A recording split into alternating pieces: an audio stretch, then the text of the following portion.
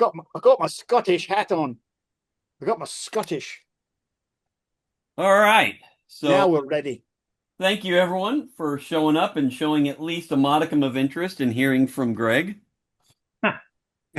So I figured I it'd be don't know fun to what get to know modicum means, everybody but one that's by fine. one in our group. So, and we have, I think, 38 members. So we got a few years we can do this every month. Um, but I figured we'll start with a few people who do multiple projects at a time since we did 2 months ago. We did Holbrook, who is at an event for aging parents tonight, Hmm. doing three. We're going down to two plus extraneous artwork. So, Greg, I know I've got a bunch of questions for him, and then we'll open up and then we'll just do a hangout afterwards. But Greg, you said that you had something that you could quickly take everyone through Yeah. Yeah. history first I and can show give some us the imagery. framework, and that way the questions make a little better sense and the answers make some kind of sense. Well, I'm Maybe. glad you think so. Yeah, and then we'll and then anybody that says, wait a minute, you said this, this, and this, and that's all wrong. And then we can deal with that. But yeah, whenever you're ready to Go share, I'll ahead. share this. You can share. All right, here we go.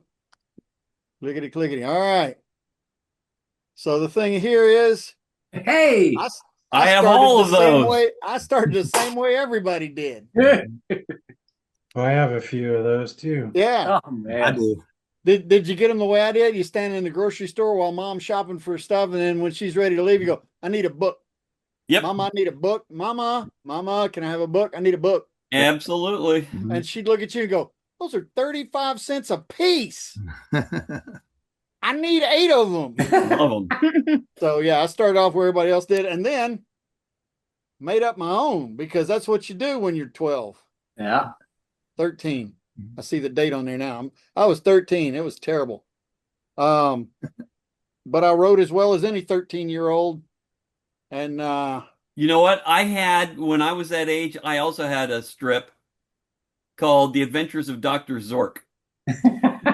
well, we're both on the Zork because I did Zork and Eam. They were two little aliens in a tiny, tiny little spaceship that was cruising around, and I guess I thought that was hilarious. I probably saw it somewhere else. We must have seen it at the same time. Yeah. Yeah, yeah. All right, so let's see. Then, 14 years old, I did caricatures for the first time. Was that And at one a of the school event? actually no, what the technically. Okay, here's what happened. This is the quick story. I was in 7th grade, and I kept drawing our school principal into the backgrounds of art projects because we actually had a standalone art class, art teacher, art, supplies, everything. I maintain that the man's haircut meant that he was just asking for it. So I kept drawing him, into the backgrounds and stuff. And we were doing pop art. So I did like a 5 foot tall comic book, and he's in the background of the cover, of course. And then one day the art teacher comes in and says, well, you're going to set up at the caricature. You're going to set up and do caricatures at the Fall Art Festival. We got you a free table space. And I went, no, I'm not going out in public and drawing people. And she goes, yeah, you are, or you're going to fail the class. And I thought she was just, I, I thought she was just, trying to encourage me backhandedly or something. I worked it out years later. The thing about the principal, I was telling the story for the first time and said, I've been drawing the principal in just about everything. God awful haircut. It was terrible.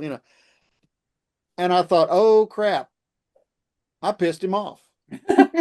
I was about to get thrown out of school or, suspended or something. And my good art teacher set me up to do this. I got this photo is from the local newspaper. They gave me the original photo. Nice. I was on the cover of the paper the following week. And I Sweet. guarantee you that art teacher went to the principal and said, look, he's charging them money. He didn't ask you for a dime. Leave him alone. So, Love it. yeah. And obviously, with that tank top, Greg, you started working out like right around this time. Yeah. In fact, it's weird. You guys have only ever known me as I'm overweight, but I started out underweight. This was a goal.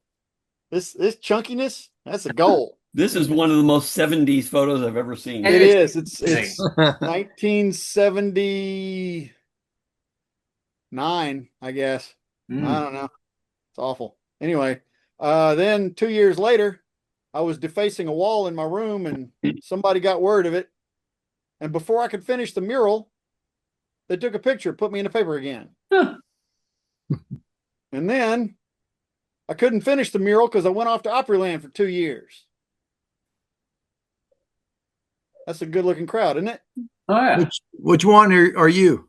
Technically, I swear to God, on the front row, three from the right could have been me. I look just like that. Yeah. But I think this picture was the year before I started. Oh, I don't think that's actually me. All right. So I knew how to do caricatures and I thought I needed money in college. So all through college, I painted on t-shirts. This is me at the county unfair.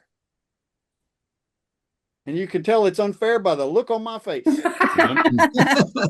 It was chilly. It was cold out there in the mornings. It was bad. you became an airbrush master. Yeah. Man, I airbrushed the you know what out of a lot of stuff, and then get into college, and one of the teachers was like, "All right, we're all going to learn how to use airbrush because there were no computers yet. You know, Right. if you wanted to do a good piece of advertising art, you need to know how to use a caricature or a airbrush."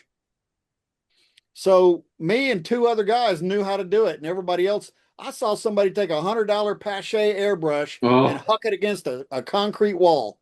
She was pissed, and she wasn't having it. But after airbrush, the shop that I was working for said, "We're opening up a screen print shop.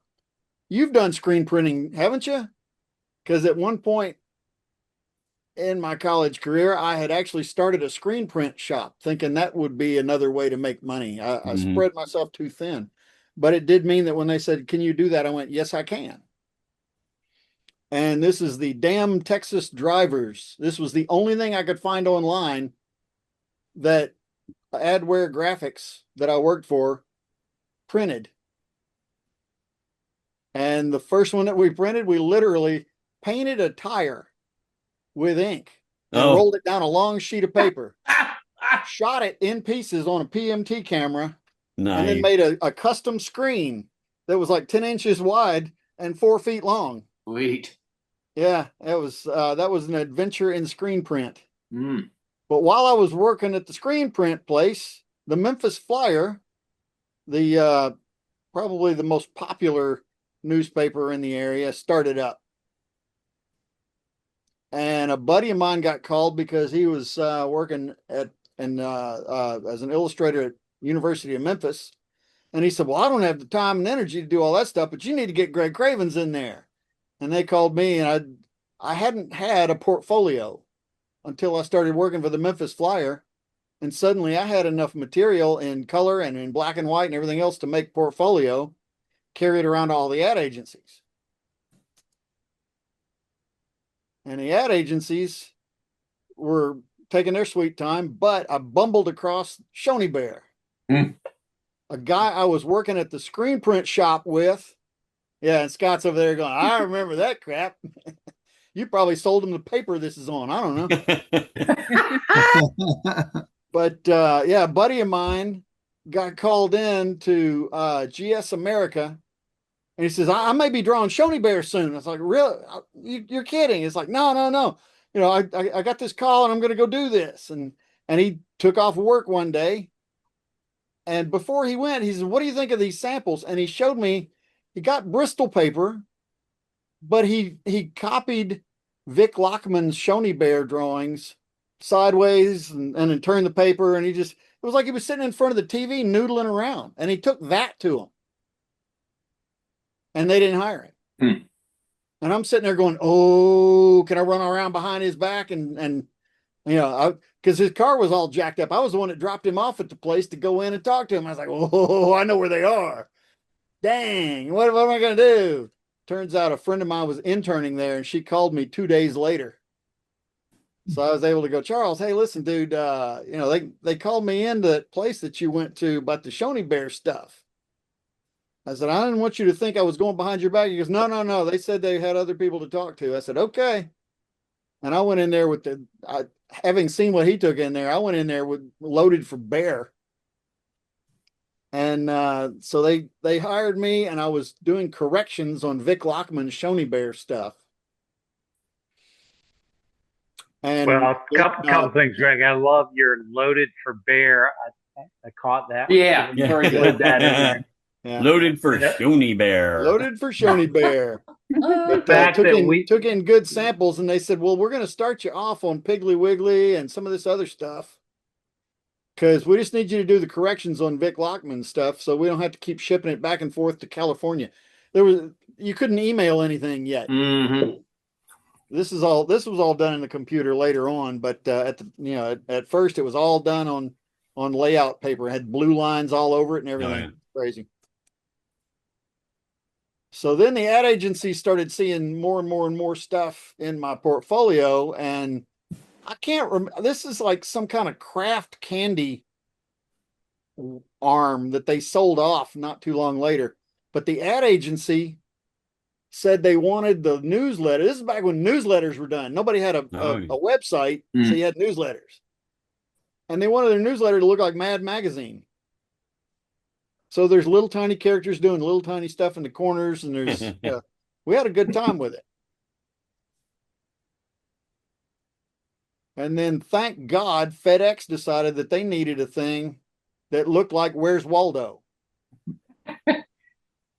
And they hired me to do 7 posters where they hid this character called Cosmo Courier. It was the first handheld computer that FedEx used to scan stuff.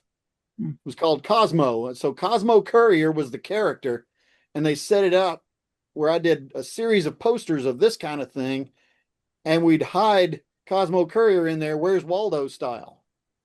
And I quoted them some insane amount of money that I thought it was an insane amount of money. They didn't blink. Yeah.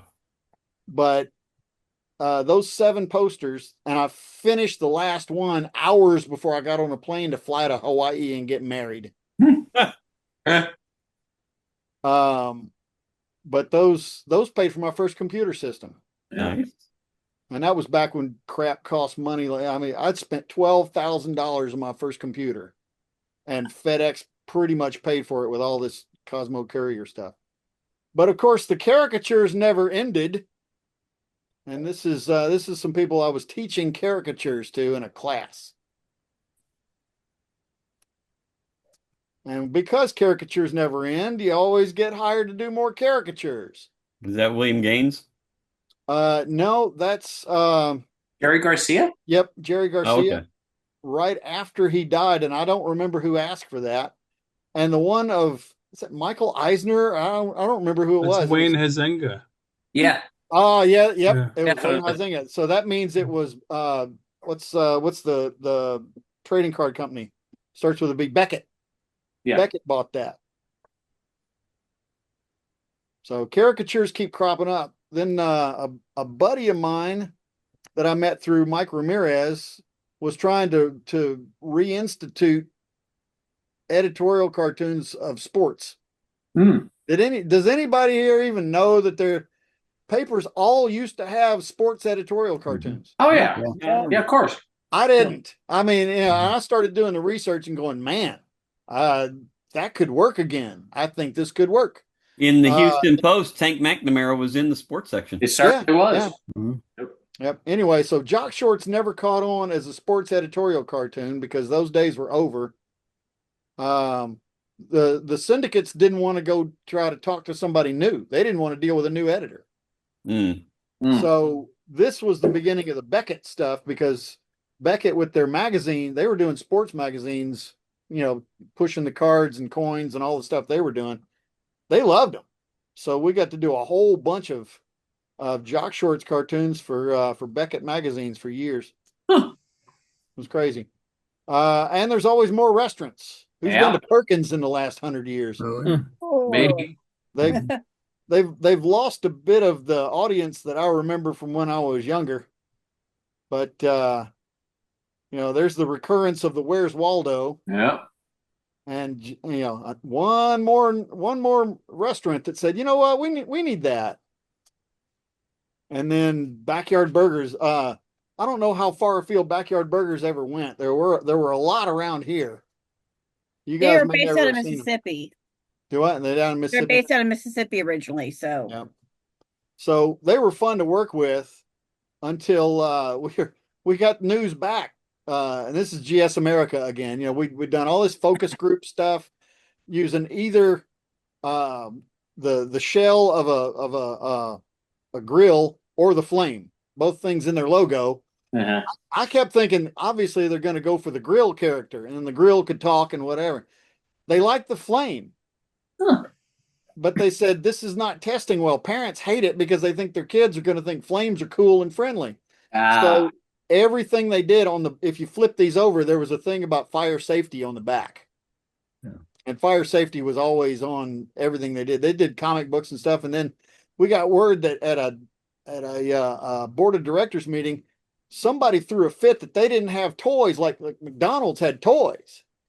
And they went, and McDonald's didn't pay him but about $0.015 for those toys. And they went, they're buying 3 million a piece at once. You know, do you want 3 million toys? We can get them from China. And they went, we can't give away no 3 million toys. So they stuck with paper products for years and years. At some point, the Mid-South Cartoonist Association, actually at some point it was 1987, Mid-South Cartoonist Association popped together. That's Scott Stannis on the far left.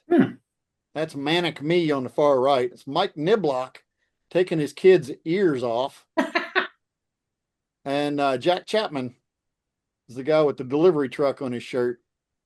Jack Chapman was the editorial cartoonist in DeSoto County. Mike Niblock was the editorial cartoonist of the Memphis Flyer. And Scott Stannis, of course, was editorial cartoonist for the Commercial Appeal. How I got that in that picture, I have no idea. All right, so still working for ad agencies, thinking that was really fun because they give me something different to do every day. Got a call one time. They said, you want to do Rufus Thomas's new CD? I went, hell yeah, I want to do Rufus Thomas's new CD. Let's do it. And again, they said, well, we need a caricature. No, really? Caricatures pop up a lot in my artwork. Here's a crazy thing. In order to help pay for the CD, all those businesses in the background of the front of the CD paid. Most of the, about half of them are on Beale Street. So it was an easy sell for, you know, the ones on the right-hand side are all on Beale Street. All the others, salesman went around and said, hey, you want to be on Rufus Thomas's CD? That's different. All right. So at some point, Scott Stannis had moved away and Mike Ramirez moved in. Here's all of us sitting around at a restaurant. And I was hoping that Lynn Workman was going to tune in today. He could tell you. He was sitting on the other side of me. When we got done at this restaurant, the wait staff ran up and took apart all that butcher paper. After carefully removing all the glasses and anything that could spill on it, sectioned it, took it all apart, and were sharing it amongst themselves. And we were like, you know, we might have wanted that back. We could. That's silent auction material right there. Too late. All right, so pre-computer. You know, the bank had a computer that would give you your money and give you a receipt and give you all that stuff, but the artwork still wasn't a computer. So it was fun going into First Horizon, which was First Tennessee at the time. And my artwork was all over the damn thing. It was great. I felt at home in my bank. As the computer kicked into gear, though, you can tell that FedEx wanted stuff that was simpler and simpler and simpler and simpler. Where they went from Cosmo Courier hidden in a crowd, then they said, this is avoid distractions. Make this drawing as clean as you can make it. But we need to show people that have problems. You know, they've driven through fuel. The girl's caught in the conveyor belt. You know, somebody left their food on a moving conveyor belt. All the silly crap. They just sent me a list and said, draw that up. We want it nice and bright and clean. Computer's great for nice and bright and clean. And they didn't know the difference, so I charged them the same as if I was going to draw and color and paint and draw and all that stuff. That worked out pretty well. So Scott was sick and tired of drawing the buckets and was hunting around for somebody to take over the artwork. He wasn't really paying enough, but he felt guilty about it, so that's okay, I guess. I don't know.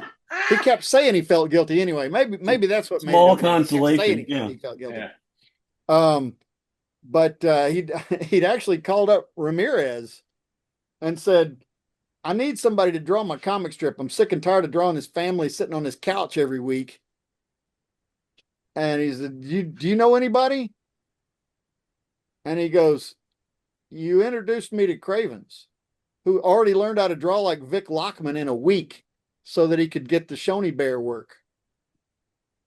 What did he say when you asked him?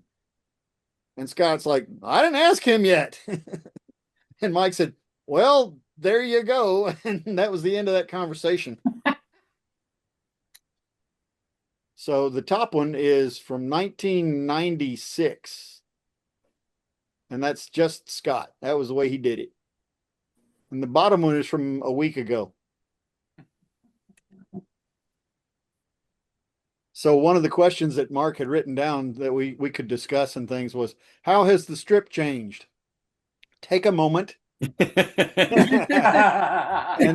that answers that. That's how the strip has changed right there. All right. Hey, So Greg. because Hey, I Greg. worked with GS America, like Scott worked with GS America, Scott's my hero.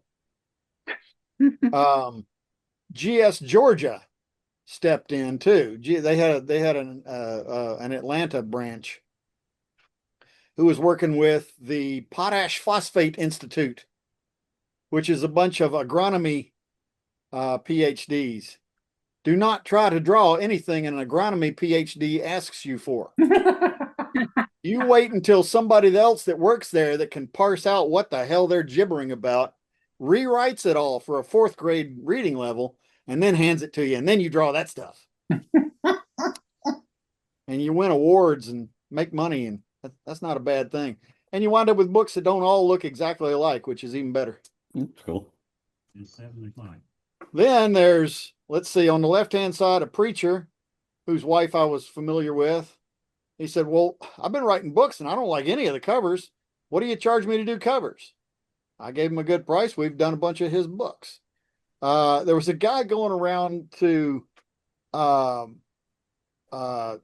State Farms, not State Farm, but actually State Farms, you know, the government agency. Turns out they've got offices in nearly every big city in every state. He would just wander in and go, I'd like to talk to you about doing some books. You've probably got grants to do educational material, don't you? And they'd all go, well, yeah. And he goes, let me show you what I can do. And I was his art guy until he got sick and tired of paying me and he went back to trying to draw him himself. The irritating thing is, you see on Ready, Set, Grow, where the artwork in the foreground has got the big white line around it and then the background doesn't match? Yeah. That's because I didn't do that background. I didn't see it until the book was published. Yeah. Mhm.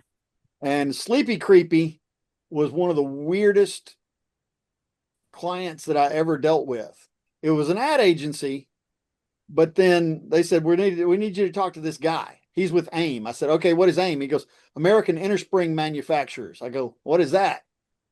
He said, Sealy and Serta and all the innerspring manufacturers for bedding pay into a group called AIM, and AIM spends money to get you to buy innerspring mattresses as frequently as they can convince you as you need them. They had me doing children's books that had no ads in them. It didn't specifically say run out and buy a bed. It was Sleepy Creepy was about, you know, the little kid that's switching from a crib to a big boy bed. And it's freaking hilarious. And you could go onto their website and just put in your name and address. They would send you up to 5 copies for free. And I talked to somebody one day and I was telling them about stuff I'd done. And they went, wait a minute, whoa, Sleepy Creepy. I used to read that to my kids. I got it free online. I go, yes, you did. It was the craziest thing. And it was fun to do. And somebody else did all the color. You know, we talked about, you know, well, I think we ought to do it this way. And the guy says, no, I like this weird thing with these pattern lines in all the color. So he took my colors and just ran with it and put in weird shapes and stuff in the colors. It was fun. And then, of course, I started up Hubris because working on the buckets, Scott said, well, come down to Birmingham. Let's talk about it. Let's do a contract. I said, okay, I'll see you there, whatever weekend. It was in the middle of summer, and I was supposed to be going on a kayaking weekend with all my family and friends. So I go to Scott's, hang out all day with him, spend the night there, whatever I was doing. I don't know. We got everything all hashed out, and he's seeing me off, and he comes out to my Suburban out in his driveway, and he goes, the hell is everything in the back of this thing? What have you got in here? And I had a kayak and a bicycle and a unicycle and a longboard. And, I had all this stuff in there. And just, what are you doing? I said, I'm going on to the Ocoee. I wasn't going to drive all the way home and then go to the Ocoee. I'm halfway there. I'm going to go onto this river and hang with my friends all weekend. He goes, oh, okay.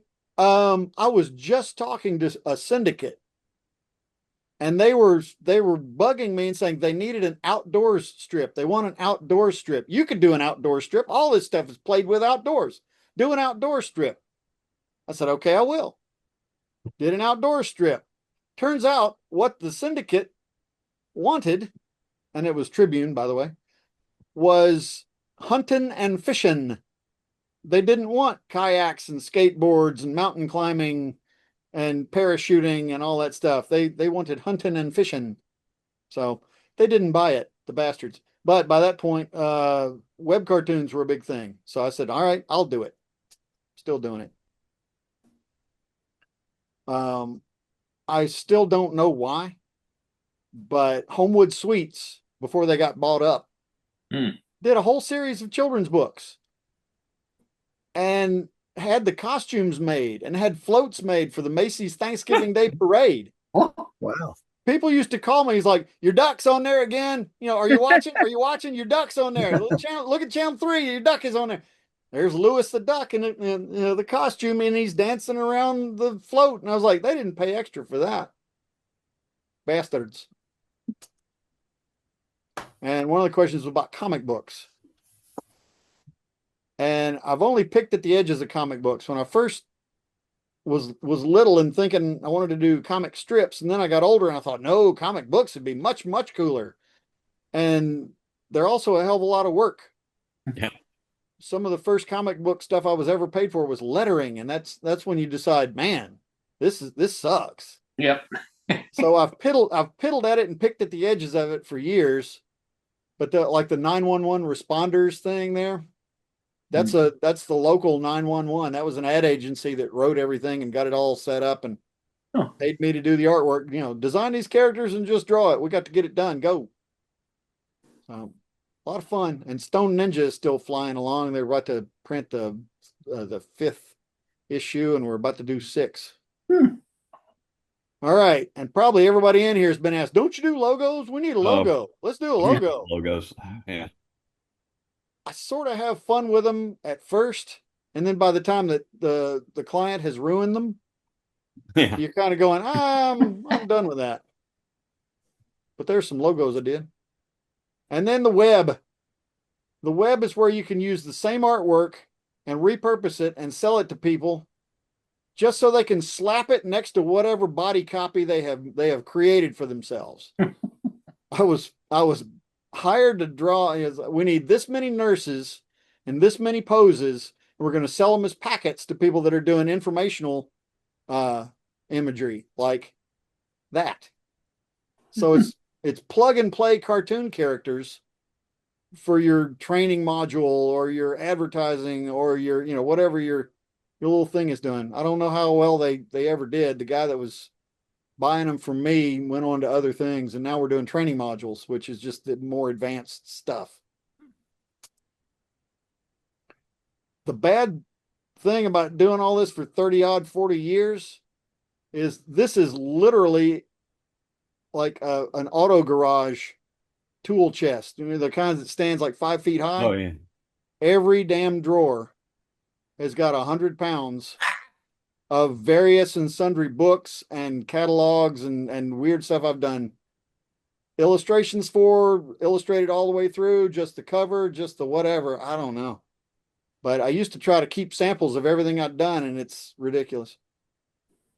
And at some point, I joined this crowd, but I thought, you know what? These are great people and all, but it's a bunch of old white men. Yeah. So I think I'll broaden my horizons and hang around with this slightly more diverse group. Look at there. So yeah, anyway, being part of the NCS has been just top tier, awesome, amazing. Who would have ever guessed they'd let me join, much less let me, participate?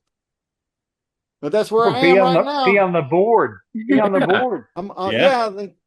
I was literally walking into a convention, and I just waved at a radio disc jockey that I knew on the phone, and I grabbed the phone and went, well, that can't be right. And it's Steve McGarry, who was the president of the NCS at the time, and he said, "Hey, listen, we really appreciate everything you did when the NCS was coming to Memphis. You want to be on the board?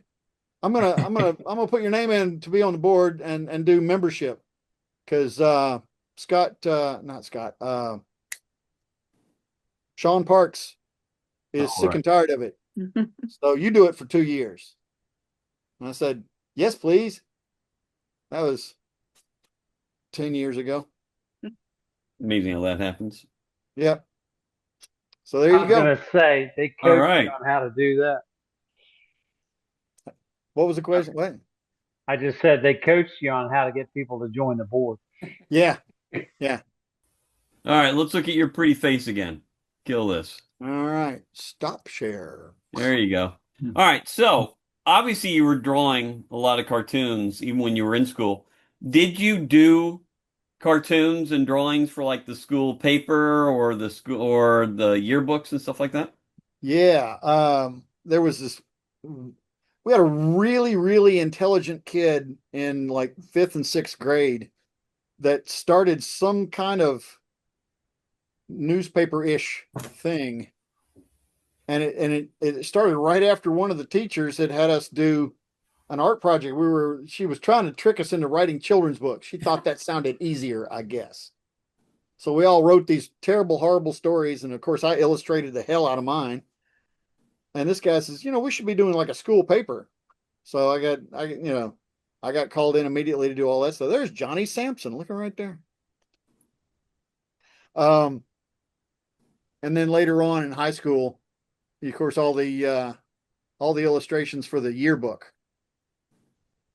And the crazy thing was, I grew up on these really elaborate Mad Magazine style things, and a local cartoonist who did these just super elaborate prints that would always have all this stuff going on. So I thought that's what it needed to be in the school yearbook.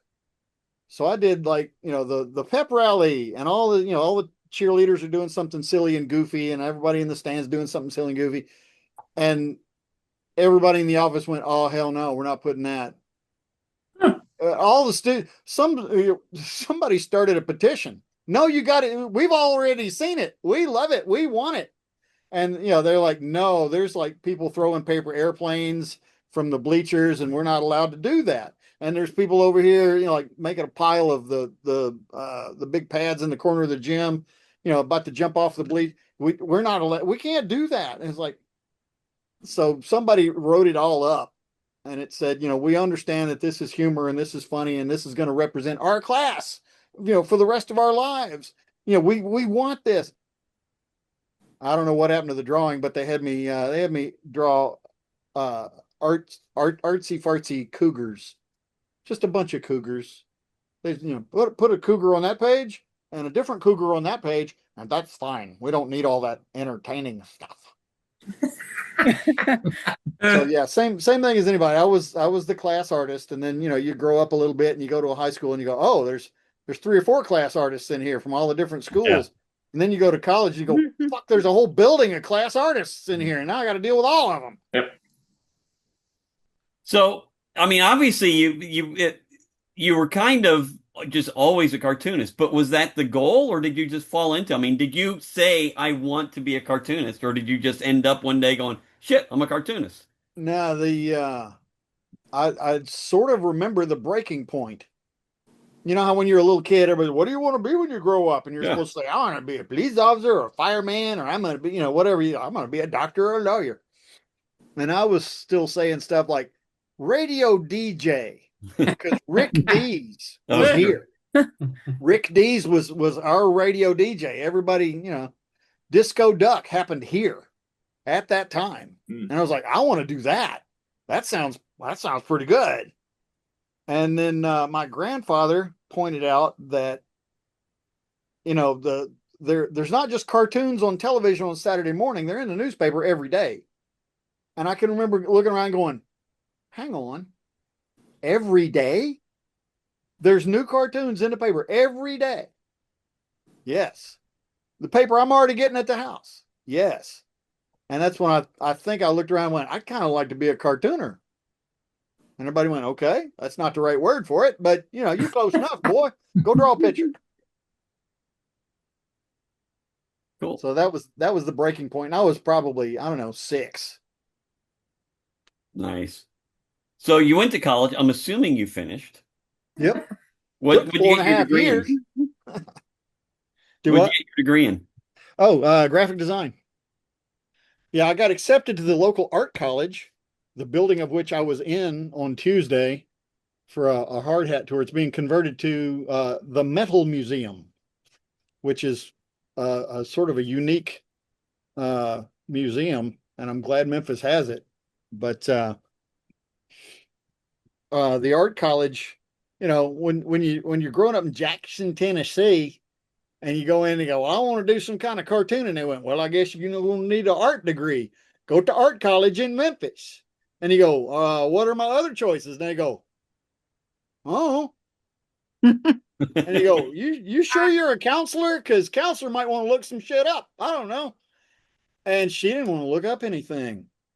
So I applied. I put together a portfolio with the help of a high school art teacher, and got accepted and went into their orientation weekend and realized that I was going to learn how to paint and do photography and do sculpture and fibers and metal, and not going to learn how to make a living with any of it.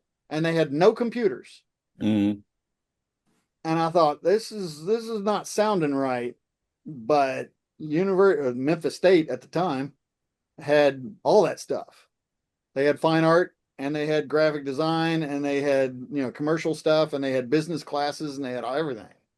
So I switched, and good thing too, because somebody told me the art college hadn't been there for a long time, and I was talking to a guy. So a buddy of mine graduated there in 2012. He's still paying off his student loans. Ooh. Yeah. Yeah. I have 2 degrees and I'm still paying off my student loans from there. Yeah. Well, see, I went to Memphis State when it was still $680 a semester for a full load of classes. And I would literally just paint for a long weekend every time I realized that it was time to pay for the next semester. And I'd just go and tell everybody, hey, listen, if you're not in the mood, let me paint the next shirt. Let me get the next 3. Let me, whatever. Walk in with cash in the bursar's office the next Monday. There you go. I need to keep going to school, please. Nice. Airbrushing t-shirts was a hot thing in the 80s, man. Oh God. It was, yeah. Woo! I remember the one in the Walmart in Raleigh. Yeah. Yeah. All right, so you were doing caricatures because you liked making fun of people, but how did you learn how to do caricatures? The 14-year-old me learned crash course. Wetting my pants, scared to death in a crowd of people that were, I was charging 50 cents a caricature. They were pencil on newsprint. They were the worst things ever. But people were paying me $3, $4, $5 each because, oh, look, the cute little kid is drawing a caricature of me. Oh, hey, that's not bad. Cool. Here, have some money, So the whole 50 cents a piece thing was just, that was low enough that I relaxed enough to do it. And then one of the art teachers I've already mentioned a couple of times said, "You do know I know the woman that has the caricature franchise at Opryland." And I had cousins that lived in Nashville, and they said, "You could live in the spare room in the basement." Cool. So I went to Opryland, and they teach you for 3 days. You got 3 days out in the heat, getting ready, and then they send you home for 3 days, and they go buy magazines like People Magazine, Us Magazine, anything that's got a lot of celebrity faces that you can recognize and you can work with. Draw those for 3 days, because when you get back here, you're going out onto a booth. And those were going to be your samples to draw people in, right? Yeah, and you bring in three samples, 2 of which you can take out and put into the display, when you start that morning. And in case you sell one, you've got a third one to slot in place. Mm-hmm. And anybody remember Bob and Doug McKenzie? Oh God, Sure. Yeah. I don't know how many caricatures of Bob and Doug McKenzie I sold, but it was a few in cheap ass frames with glass that was so brittle that a strong wind would crack them. But everybody felt like, "Hey man, I need that caricature of Bob and Doug. That's cool." All right. Anyone except for Pope, because he knows every answer. What cartoon characters did those guys voice? I know, Pope, you're biting your lip because you know. Brother Bear. Which one's in Brother Bear? Oh, the 2 bears that ride the moose. Nope. The moose. No? The 2 No? Nope. It wasn't the 2 bear? No? Nope. Moose? The 2 moose. No, the 2 No. moose. Oh, the They moose. basically That would they make, played that's right. themselves. Yeah. that Yes, makes sense. That's right. That's And right. nobody tells Stacy, but I've still never seen that movie all the way through.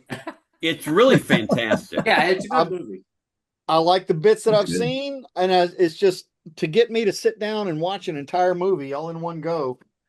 It's been a nightmare for years and years now. Just as an aside, just brilliant storytelling. So, it has to do with the guy who becomes a bear and he learns about the world when he becomes a bear. It's a standard 9:16 ratio screen when he's human. And when he opens his eyes and becomes a bear, it goes widescreen. Yeah, I thought that was one of the most brilliant transitions ever. That's cool. Yeah. See, now I need to watch it. Damn. All right. Yep. Yep. I'll go back to. All right. So. All right. So wait a minute, one more question about voice actors. yeah. The Bob and Doug McKenzie movie. Yeah. Pope, watch it. I'm with you. Want me to be quiet? Yeah. No. It's Because the dad was voiced by Well, I know your question. What was the question? Bob and Doug McKenzie's movie. Yeah, what about it? Who was the voice of their dad? Mel Blanc. Yeah. Oh, I knew that. You're talking about Strange Brew. I figured about I couldn't remember the name. Strange Brew. Yeah. But I figured about half our crowd would know, and the other half would be going, "What movie was this now?" So most of us have done characters at one point or another, and they can be a pain in the ass. It's great if you're fantastic at it, but women in particular tend to get really angry. Ugh. What's the best reaction you've gotten from a caricature? I may have told you this story before. All right. And Katie, you mentioned Walmart a little while ago. A buddy of mine, swear to God, after I got out of Opryland, he goes, "I can set us up with a weekend gig for weeks in a row. We can pull in a few $100. You want to do it?" I went, "Yeah." So he said, "Saturday morning, 9:00, be ready." We go to the damn Walmart.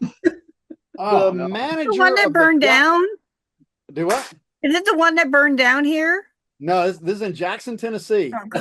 The manager decided that he wanted a carnival every weekend. Oh, He dear wanted God. coming to Walmart to be an event because it was the Walmart for all the little feeder towns in the area. We had Milan and Maiden and Medina and Humboldt, Alamo, all these little towns. People would just show up at the Walmart and they're like, "Hell yeah, hell, they got rides and shit out. This is cool." So They've he had done us set that up here doing too. caricatures. He goes, "I'll put butts in seats. You knock out the caricatures. Let's go." Well, one weekend we're set up across from Miss Tennessee in her booth. And I'm thinking, please God, don't go over there and ask Miss Tennessee to come over here and get a caricature done. Here we go. Here we go. Scott goes trotting over there. Of course he's going to talk to her. He's going to ask her out. First, he's going to get a caricature.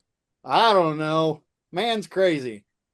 But gets the woman to come over and get a caricature, and I am nervous as a cat. And I'm thinking, there's nothing to land on. She's a beauty queen. There's nothing in her to her nose. There's nothing to her eyes. It's mayonnaise. It's just, there's nothing there. Yep. I can't work with this. So the caricature had to be the perfect face. You know, there was just na na na na na na. And you know, make sure you get the hair right. Oh, you got to get the hair right. So I'm nervous and making sure I get a good caricature. And I was like, I think I did it. If she's not happy, you know, I don't think it's entirely on me. And back then I was still doing chalk for color on the caricature. So you know, you put in the you know, the red that you rub your thumb and you know, you got a groove in your red chalk, you know, from your thumb, and you're, you know, painting in face color and then hair and brown and, you know, blue sky, you know, choppy blue. It's all stylish and everything, right? And green, and hand it over to her. Oh, that's so great. That's wonderful. Thank you. Thank you. And you get a little Walmart bag to put it in and everything. And I thought, thank God. Now, if we can just get through the rest of the day without her coming back over here every 10 minutes wanting, well, can you just, you know, is there any way you could just, which she did, but I didn't mind at all. To tell you why, has anybody heard this story before? No. Anybody? No. Okay. No. Here's a quote that when I hit it reading Hamlet one time after this happened, I went, oh, I'm going to remember this. I do know of your paintings. God makes you one face and you make yourselves another. She came back 5 or 6 times the rest of the day. I need a little more blue on the outside, just above the outside edge of my eye. And a little hard red line on the, just, I painted her makeup onto that caricature because that's what she was familiar with about her face. Yeah. She'd been doing beauty pageants since she was 5. She knew makeup. Right. Man, she had makeup down. She knew exactly what her makeup needed to be. A little more blue, just a hint of purpley and a little green, little, you know. We tweaked the makeup the rest of the day. Oh my God. And then, you know, 5 o'clock. Nice knowing you. Bye. Get to the car quick. You know? So Sorry, my there's microphone your. went out, Greg. Did you Do say what? my microphone went out? Did you say you read Hamlet? I just want to confirm that. Your microphone's twitchy on this end. He was saying he wants to confirm you actually read Hamlet. Yeah, twice. Get thee to a nunnery. Yeah. Well, I read it the one time in high school because the teacher said there was dirty jokes in it. And if she hadn't pointed them out, I wouldn't have caught them. They're very florid, dirty jokes. Mm-hmm. All right, so now you're doing 2 strips along with your comic books and your cards and your big paintings on the outside of hotels and everything else. Yeah. What is your schedule? Because you still have to keep up with doing your strips. So do you have specific days or times that you just work on your strips? Yeah, and it shifted over the years too. I used to work a week or more earlier than the syndicate deadlines, so that when something came up and I had to shift gears, that, you know, I could still buy myself a little bit of space. I'm spread so thin though that Hubris has been very badly updated for like the past year or more. I got 3 new ones in the past couple of days, but you know, there's people who are like, well, it's about time, and they're not like, oh yay, you know, it updates all the time. When it was on Go Comics, it was, you know, I had to do 4 Hubris and 7 buckets every week, all weeks, forever and ever, amen. Well, I mean, you know, it's not nearly as rough and tumble as doing, Kevin and Kel. So do you have a particular rhythm or yeah, how you're putting these things together? Do you write them all and then draw them, or Yeah, what do you in do? fact, the best way that I've found is to write them all, and I've got a notepad in my back pocket. So when something just pops into my head and I'm out somewhere, and that comes from, listening to Sergio Organis over the years, going, no, no, no, no, no, don't try to remember and then think you're going to recall it when you get back in the studio. You got to have a piece of paper in your pocket. You got to write it down. Even if you got to grab a piece of paper off somebody else and write it in, put it in your pocket. So I've got boxes of sketchbooks and notepads and scratch paper and everything with ideas.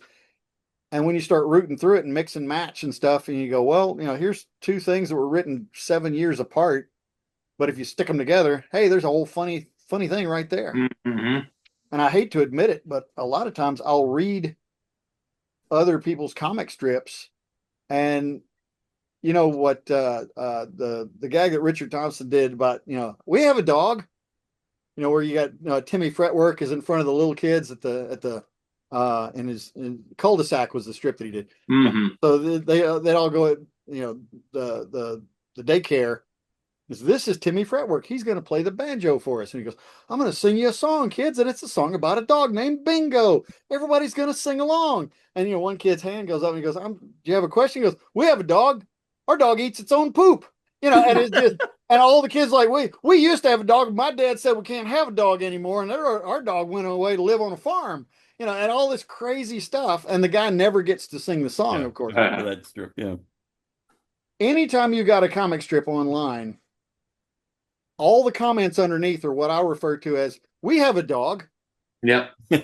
Because you can be writing a comic strip that's about the most existential thing in the world, about, life and, life on Earth that's been here for 4 billion years, and there are no survivors. We're all just struggling, and there'll be somebody that goes like, oh, there's a rock in that first panel. We had these rocks in our driveway when I was a kid. And you're like, did you even read to the end of the damn thing? Most conversations under a comic strip have nothing to do with the punchline. They have everything to do with the setup. Because I don't think people are reading them. I think, whatever trips in their little heads, and they just type it in and go to the next one. Whoa. I'm sorry, what was the question? Tumblr. I'm still trying to find out more about your schedule of writing and drawing. Oh, that. So yeah, I'll pick through other people's cartoons and do that whole we have a dog thing. I'm looking at Will Henry stuff and laughing my head off and then going, hang on, he's got this bird in the background. Look what that bird's doing. Hey, I got an idea for a bird comic. No, it doesn't need to be. It could be a dog, And I'll wind up with something that has nothing to do with anything that I've been looking at, but getting the vibe and the rhythm off of somebody else's comic strip. And especially if you're looking at bad ones, I've got a reading list set aside for Go Comics of just comic strips that are not great. And when you look at it and go, oh, I see the problem with that. He wrote this much, but he didn't write, an entire gag. He started drawing too soon. And you go, if I'd have written it, I would have written all this right. Oh, I just did. Now, all right, there you go. So there's all these weird little tricks you can use to save time and put yourself in that headspace that you got to be in to write a bunch of stuff. But then you got to put it in a box and shove it away and do, a training module or do a t-shirt design or do, whatever else people are clamoring for that day, and come back to it like a week and a half later. Because you look at it and go, that didn't even make sense. But this other one that I didn't even circle, that's not bad. We'll tweak that a little bit, and then you write some more on it. And if you can, you throw it in the back in the box and bring it out again the following week. But I a couple of weeks ago, I drove myself to Connecticut, which is a 17.5-hour drive from here, if anybody gives a damn. No. And watched NHRL. I watched robots kick the shit out of one another. Ooh, there you go. Yeah. John's got the drawing prompts book that we've all got to play with. But I got 2 weeks of comic strips out of the family building a combat robot and getting ready to, and it was all just talking to people that were there that had built their own robots and now owned of 3 pounds of junk. It started off as a 3-pound robot. Now, 3.9 or a 2.9 pound pile of trash that I gotta reprint a lot of body parts and maybe buy another saw. But no matter what goes on, you can always, come back and go, I'm gonna make that into a series. I can make that into a whole bunch of comic strips. It can't be one. It wouldn't make any sense to suddenly talk about combat robotics and then walk away from it. So when you're writing, do you write particularly a week at a time, or do you write through an entire storyline as you're being inspired? Yeah, I'll write through a storyline, and then when you come back to it, you got to say, does this need to be edited down? Does half of this need to be thrown out? Do I need to add another week? I made the mistake one time of doing 3 weeks on something that only needed 2 weeks because people said so. They were like, number one, we have a dog. Number two, this is banging on too long now, isn't it? So when you're drawing them out, do you prefer doing it late at night when everything's quiet, or do you just shut off your phone, or how do you do your drawing? If I've let it go too long or something popped up to take me away from it, I've got to do it late at night, and I need to play music or nothing. Because if anything else is going on, like, audiobooks or something, it's got to be an audiobook I've heard like 10 times so I can successfully ignore it. But I prefer working in the morning because you're fresh and you feel like you got all day, and you can dig in and noodle around and do something creative with the artwork. I got one coming up in a couple of weeks where the dad and the youngest kid are up in the attic, and the whole joke is about the little bitty windows in the attic. So everything, I went back to Scott Stannis's original scratchy stuff. He did his editorial style in the old buckets when he could be bothered to put in shading and all. He would do the scratchy stuff is what his editorial newspaper guy always called it. So I got the scratchy stuff an entire 2 days of comic strips because of the crazy windows in the attic. So speaking of which, so when you took over the buckets from Stantis, because I know that's always a touchy situation with most syndicates, were they and you hiding that you were doing it? Or did people notice? Did you announce that you were doing it? What was that transition like? I've heard about stuff where people are trying to hide things like from the syndicate, and it was involved with one of those specifically. The guy. A lot of you know him, so I want to just. We know what you're talking about. Yeah, we know who you mean. All right, so he had his stroke. Called me and said, can you do the strip for a few weeks? And I said, yeah, as long as it's 6 months later, and he'd been trying to keep it quiet. And I know of several other artists that, health issues come up and it's like, well, I'm not telling the syndicate. I'm like, okay, whatever. But Scott was notorious for missing deadlines until I got hired. And we realized that the transition was a fait accompli when he actually was not getting phone calls asking where the damn comic strips were anymore. I was. And I said, well, Scott insists that he's writing this week, and he insists that they're nearly done, but I hadn't got a fax yet. That's how long ago this was. I hadn't seen the scripts yet. And they were like, get the scripts. Do you have anything written? I got a couple of weeks written. And he go, get them ready. Okay. So when Scott said, I'm going to sell to Greg, they went, well, good. They were not upset about it. Everything had been on time all of a sudden, and it was doing okay. So was your name on it from the beginning when you first took over? No, Scott said, let's go for a while and see, and then we'll add your name.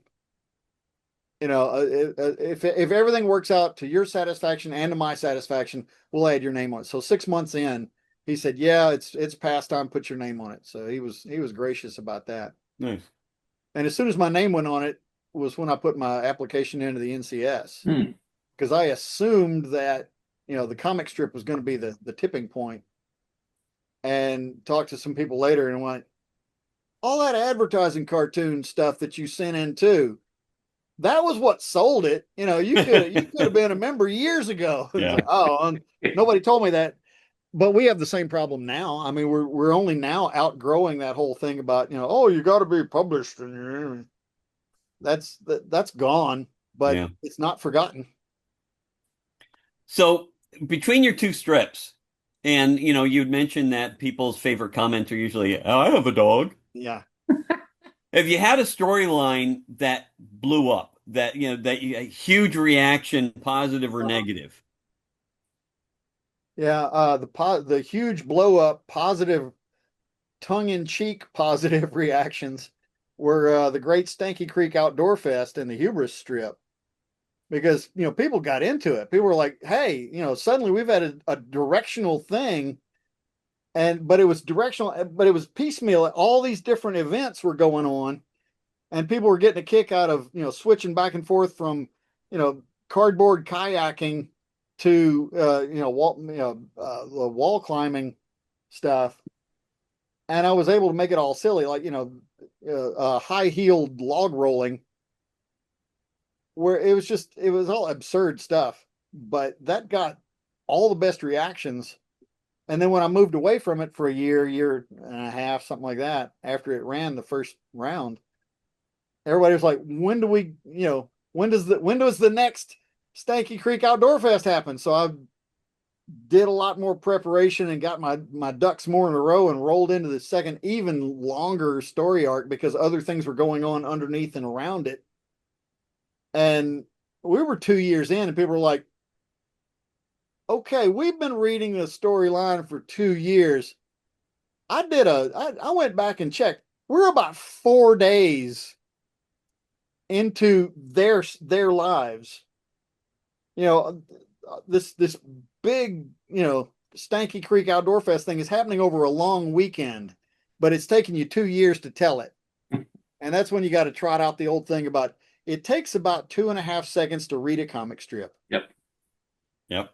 That's 2.5 seconds. Well, if Monday's cartoon has 2.5 seconds and Tuesday's cartoons has 2.5 seconds, now you know why Erica Kane on The Young and the Restless was 75 years old and still playing 35 years old. So speaking of hubris, obviously you are an outdoorsman. You do all this stuff that you caricature in the strip. What was the impetus to start that strip? It was literally Stantis going, "I was just asked by a syndicate for an outdoor strip." And that set everything off. And Amy Lago took enough interest in the initial package, and she started helping me tweak it. And that got me really, really interested. And I thought, hey, if Amy Lago can be happy with this, maybe Washington. Actually, I think she must have still been with Andrews McNeil, or who was she? United Media. I can't remember who she was with before, but by the end of it, I was like, maybe I can get in the Washington Post writers group with this, and that never gelled. But it's been more fun and more. Oh, Tim's gonna run away! Don't run away, Tim. It's good seeing you. You look all suntanned and healthy. Look, you're all florid. I don't get out in the sun enough, so I'm sort of jealous. So you're running it online. What are you doing to make money from it? Oh, yeah, since Go Comics quit doing it, and then I quit making a big deal out of using the tip jar on my website. Moved it all over to Patreon. Okay. And it doesn't make a lot. It makes more than it was making on Go Comics. And if I would update in a more responsible fashion, I might make a little more money with it. And I need to, and I keep telling myself, yeah, I'm gonna make the time. I'm gonna start doing little videos, and there's all these things that I want to do, need to do, would enjoy doing. But then, somebody will call up and go, "Hey, University of Utah needs this training module. Going to take about 6 months. You in?" Like, how much money you got? Yeah, I'm in. All right. So we're recording this, so I'm going to send this out to some other people. And since if I'd have thought more about recording, I'd have watched my language more. that makes I it more teach middle fun. school, so Yeah. You've heard it all. That and Katie's teaching. So What kind of advice do you have for budding cartoonists? Okay, you got to start with the caveat. I came up in a different age. Mm. You know, when I went to school, they made a big deal out of get a good looking portfolio, call the ad agencies, make an appointment, take them your portfolio, sit down with all the art directors you can get in the room and the creative director too, if you can get him. Show them what you got, let them look at it. Don't talk over what they're looking at. Guaranteed just about that they're going to go, hey, can you draw such and such? Can you draw like this other person? Can you? And you'll walk out of there with a little more work. And then once they know you and they've had to pay you at least once, they're going to call again. And that was how it worked back then. These days, I don't know. You know, the ad agencies work differently because they're paying $3 for stock photography. Oh. And they're pairing it with headlines that don't make any sense or don't relate to the image anyway. So they're not where you make your money. Now it seems to be, you know, get online and track down reliable possible clients. You know, I keep looking at all the stuff that they're throwing at me from LinkedIn, and I was like, oh, I wouldn't mind doing that. I ain't got time, you know, but you know, if that's a legitimate gig, that looks like fun. And you know, I've got a kid right now that's, you know, desperately trying to turn her degree into actual work, and it's all online, and you're putting in a resume with, you know, 1,500 other people from all over the planet, and it's very intimidating. The best real advice that I've got is pay attention to what's going on. Go look at things other than what you think you're doing. Find something else that entertains and interests you. Bring it back to the artwork that you're doing, that you're trying to sell. Barry Windsor Smith was, you know, famous for having left comics, gone and learned about how the pre-Raphaelite painters did all their stuff, and he brought it back into comic books. You know, there's been several artists over the years that went and found Alphonse Mucha, and they, you know, they swim in that for a little while, and they bring it back to comics, and they go, look what I did, and everybody goes, wow, that is something. And it's like, well, that's, you know, turn of the 19th century, you know, French Art Nouveau poster work, but why not bring it back to comic books? And you know, how many times have you seen a comic book and you go, wow, that's so new and so different? Paul Smith, when he took over the X-Men, and suddenly it looked like an animator did the X-Men, and you go, wow, that is so great. That's my big advice to young cartoonists is whatever you're doing, whatever approach that you're doing to try to find your way into the industry these days, is reach outside of what people expect you to do. Find something out there that you also love, bring it in with you, and that makes your artwork singular and different from whatever anybody else is trying to peddle. That's really good advice, and it's different than what I've heard from others. That's good. All right, so you've been doing this for a long time because you've admitted that you're old. 1991 was when I looked at my bosses and said, I'm making more money at home at night exhausted than I am coming in here every day into a sweatshop making t-shirts. I will now train my replacement and, you know, putting in my 2 weeks. And they said, that was okay, in 91, you made a transition. Yeah. So from now forward, what are you thinking about? What's exciting you? What do you think is next, or an evolution for you in art and cartooning?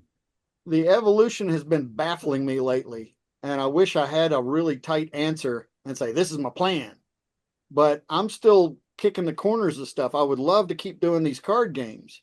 I got con cards, and then I'm working with a guy with bricks and minifigs. That's we're working on bricks and builds, and we've play tested it for several months at a game store here, and it works. It works good.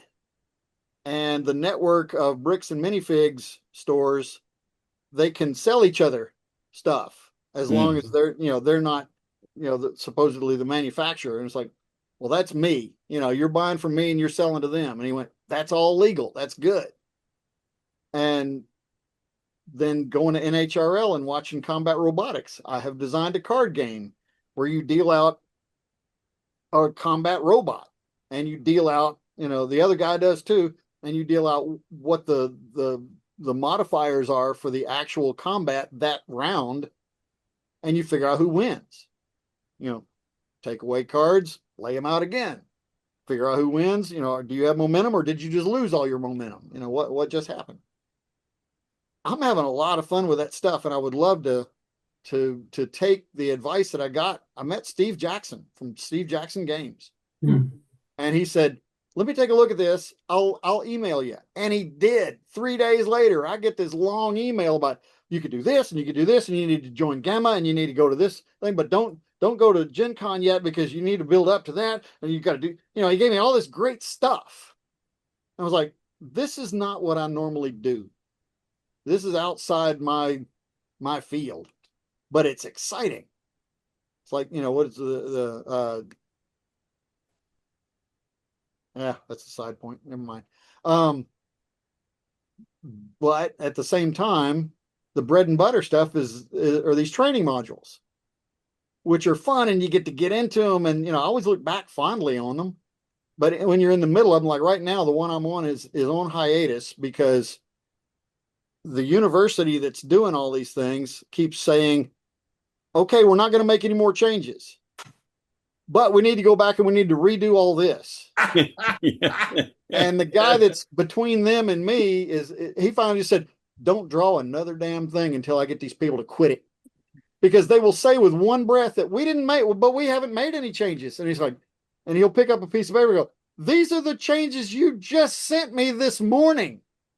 Yeah, but those aren't changes. Those are like, no, if we have to redo audio and if we have to redesign the PDF that comes out with the thing, that's a change. But it's exciting. It's fun, and it's goofy, and you dig in and you learn some new stuff. I got to do a bunch of stuff for Pratt and Whitney. And let me tell you, draw a F-35 engine, see if that doesn't take you all damn day. Yeah. Well, this has been great. Does anyone have any questions for Greg? Didn't you draw the BK Kid stuff too? Some of that? Yeah, I did a set of Burger King bags, and I don't remember how many anymore. I don't think I did the color the way that they wanted the color done. I think I ticked them off. But or maybe GS America ticked them off with prices or something. Anyway, I did one set and I never got to do any more Burger King stuff. Oh well. How about Chester chicken? We have those in Virginia. Didn't you tell me you do I those? didn't do Chester. I've done Dodge's chicken and Dodge's. I've done That's Jack it. Purtle's chicken. Yeah, we have Dodge's in Virginia. You That really? was it. All right, I have you knew ever did seen one of one those. that's got the big plastic chicken sign on the front and the chicken's wearing oven mitts? Okay. I drew that ugly thing. And the art director that had me do it, he and I kayaked together, and he came back from some long trip he did in another direction. He says, "You remember the chicken we did for Dodgers?" I'm like, "Oh man, that was a fun chicken. Too bad it didn't last." He goes, "They didn't last around here." He says, "I just got back from wherever he was," and he goes, "They're still all over the place." And it turns out they're bringing it back east again. And I went, "You're kidding." So yeah, now I'm seeing them again. And they're like, "Yeah, I did that artwork, but 30 years ago." Yeah, awesome. Great. But the Jack Purtle's chicken here in the Memphis area, that was one of the very, very first Colonel Sanders franchisees. Their chicken hadn't been updated since 1957. So yeah, Is that the one 20 on years ago Jackson? now, 15 years ago, something like that. They had me redo it for a modern line work. So it's a little better. I have a question. Yeah. So I came in a little late, so I don't know if you already addressed this, but very illustration heavy portfolio, Greg, and very diverse. With the cartooning, was that a leap for you as far as like the writing was concerned? Was that like, oh, this is a whole new thing that I'm doing now? Because I just got the sense that you were into the drawing. I mean, this is just my, that this is how I am. Like, in junior high, what they now call middle school, Hmm. I was given this giant pack of paper, and it all had like, insurance stuff on the, but it was good thick paper. It was like meant to be stored and kept for years and years and years. And my grandmother hands me this giant stack, and she goes, "They've replaced this form that we have, but it's really good paper." And I thought maybe you'd want to draw on the back. I went, yeah, give it here. I wrote and drew a Star Wars parody because Star Wars was the only Star Wars movie out. It was just called Star Wars. And it was all the Peanuts characters. So Snoopy was Darth Vader, with love the it. triangular face mask, only it was Snoopy's face. And that was the first time I can remember making that much effort to write something funny per page, every page, and going, this is worth doing. Mhm. So the first comic strip that I ever produced, I was 13. But having looked at, I showed the first one on my little slideshow earlier. They weren't funny. They were serviceable. They a lot of times when I'm talking to kids, and sometimes adults, you have the form of a comic strip. You don't have the function of a comic strip. The function of the comic strip is for you to go, aha, oh, that whole it fits together. It's funny. It jumped into my head. That's great. The form is where, like I said, the bad ones, where somebody has written the concept of the comic strip, but they didn't flesh it out to where, it was self-referential and it plugged in, top to, or end to end, top to bottom. So I did what everybody else does. I wrote things that looked like comic strips and got a little older, and you go, oh, wait a minute, it's got to be funny every time. I gotta rewrite this, and I gotta rewrite this. And then working with Scott on a daily comic strip, and he said, you don't have to write them. All you got to do is draw them. It's like, if I do write them though, will you look at them and see about using them? And he said, yeah. So he technically just taught me to write comic strips. Nice. Yeah. And mostly what he taught me is, you're writing too much. You get all the way to the punchline, and then you write another thing on the end of it. It's not Doonesbury. Knock that damn last thing off of there. And the crazy thing was, I knew exactly what he meant when he said it's not Doonesbury. Take that last line out. Mhm. Yep. Nice. All right. Well, this has been great. Thank you very much for your time, Greg. Anything that boosts my ego, I'm all for it. Like, really? Somebody wants to talk about me? All right, let's talk about me.